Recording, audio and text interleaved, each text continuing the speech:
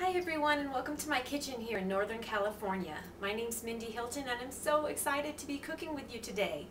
You know, I already showed you my trifle that I made using the new Philadelphia Cooking Creme in the original variety, and it turned out so much better than it usually does. It was just extra special, extra creamy, rich, and delicious.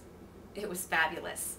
And you know what, today I wanted to show you a recipe that I make actually several times a week in our house.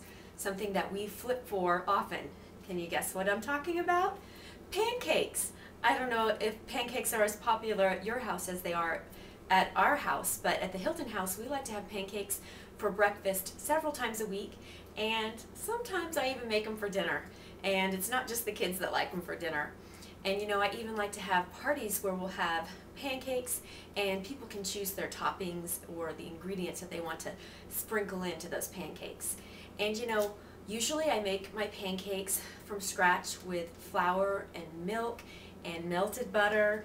And you know, I'm still going to be using the flour, but I don't need to use the salt, the milk, the melted butter, because I'm going to be using our new Philadelphia Cooking Creme today. And I just bet those pancakes are going to be extra special, extra fluffy, extra perfect things to craft. So let's get started. So are you ready to make our extra special pancakes, our cream of the crop pancakes, if you will? You know, I have a feeling these are just going to be so much better than the original. You know, I'm feeling pretty confident, especially after that delicious trifle. So first I want to show you how I measure my flour. And you know what? I'm going to tell you a little secret. Whenever I'm cooking or baking and I have a recipe that calls for sifted flour, I don't sift it. I'm a very naughty girl. I have never sifted. I remember growing up in the kitchen watching my mom sift flour, and the whole time she would do it, she would say, I don't know why I have to do this. This just seems like a waste of time. So when I grew up, I decided to be a rebel, and I've been baking since I was little, and you know what? I don't sift the flour, and I usually don't have any problems. But here's my trick. You want to make sure that your flour is not compacted down. So if it's still in the bag, it's probably all compacted from being transported. So what you'll want to do is put it in a large bowl, and I kind of take my fork, my butter knife here, not my fork, my butter knife, and I just kind of stir it around. And then I'll take my measuring scoop in there, and I'm not going to pack the flour down, I'm just going to level it off. And that's how I measure for any time I'm baking, even if it calls for sifted flour. And today we are using 1.5 cups of flour. Another trick that I have is I usually don't use two separate mixing bowls for the dry and wet ingredients. What I like to do is start with my dry. So I've already got that flour that we measured in there, and I'm going to put my 1/4 cup of granulated white sugar, and I'm going to put 2 teaspoons of baking powder.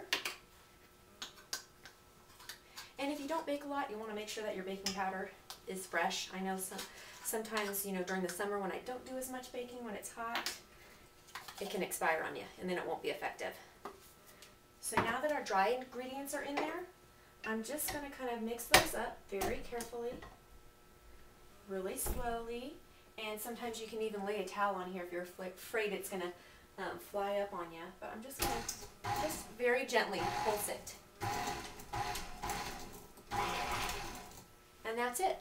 And now we're ready to add our wet ingredients. And our wet ingredients today are going to be a teaspoon of vanilla extract,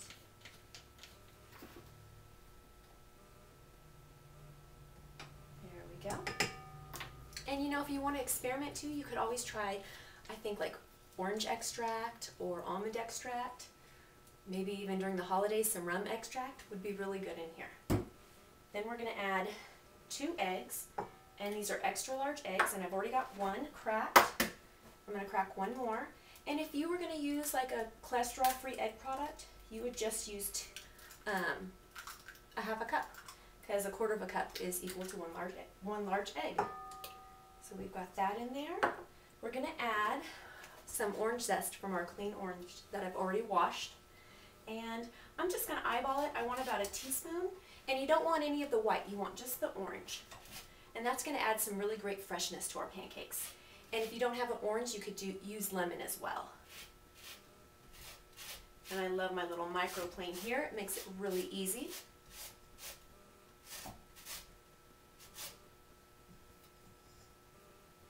And like I said, not too much, just a little for some freshness. Maybe a little bit more, and avoiding getting any of that white. And we're not going to waste this orange because I'm going to show you a trick of how to make a really delicious maple syrup using orange and cinnamon. And then, not using our butter, not using any more salt, not using any milk, I'm going to add that delicious Philadelphia Cooking Creme.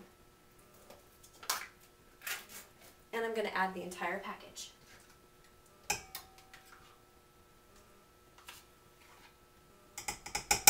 This is going to be so good. I can't wait. And now that I've got all of that in there, all I've got to do is mix it just until everything's combined. You don't want to overmix your pancakes or they'll get a texture and a consistency that will not be pleasant. So just until everything's combined, it won't take long, and it's okay to have a couple Since this little was a lumps. new test recipe for me, I wasn't quite sure how much water I was going to need, but I just needed 1 cup of water to that mix to get the right consistency for our Alright, I'm pancakes. using my electric griddle today because I love how quick it is at making pancakes, and I've got it set to 400 degrees, and you can use butter, or I'm using a butter flavored nonstick spray, and you can make those pancakes any size that you like. And these are a thinner pancake because my grandma always made me the best crepes, and so I like my pancakes a little thin. If you like them thicker, just add less water. And you'll know when they're ready to be flipped. These have already been flipped once, but when you flip them the first time, you'll know they're ready when they get all these bubbles on top and they almost look like a sponge.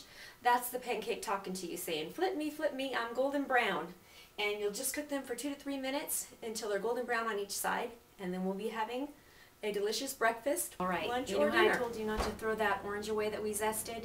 If you squeeze the juice out of this navel orange and add it to about a cup of maple syrup and about 1/4 teaspoon of ground cinnamon, just warm that up on the stove and serve it with your cream of the crop pancakes. It's going to be fabulous. They're going to think you made maple syrup from scratch.